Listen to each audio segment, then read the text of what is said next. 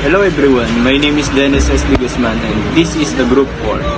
Channel. The channel is the medium through which the message is transmitted from the sender to receiver. It can be any sensory channel including hearing, sound-based communication such as spoken language, music, audio, or recordings.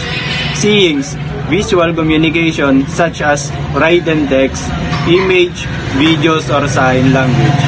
Touching, tactile communication such as physical touch, braille, or sign language. Smelling, olfactory communication such as science or aromas. Testing, gustatory communication such as taste sensations. Are the objections of criticism or other experts regarding the validity and usefulness of the model.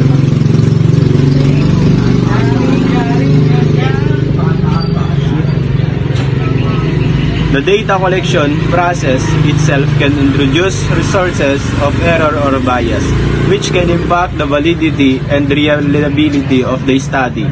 For instance, measurement errors can occur due to the limitations of the measure instrument or human error during data collections.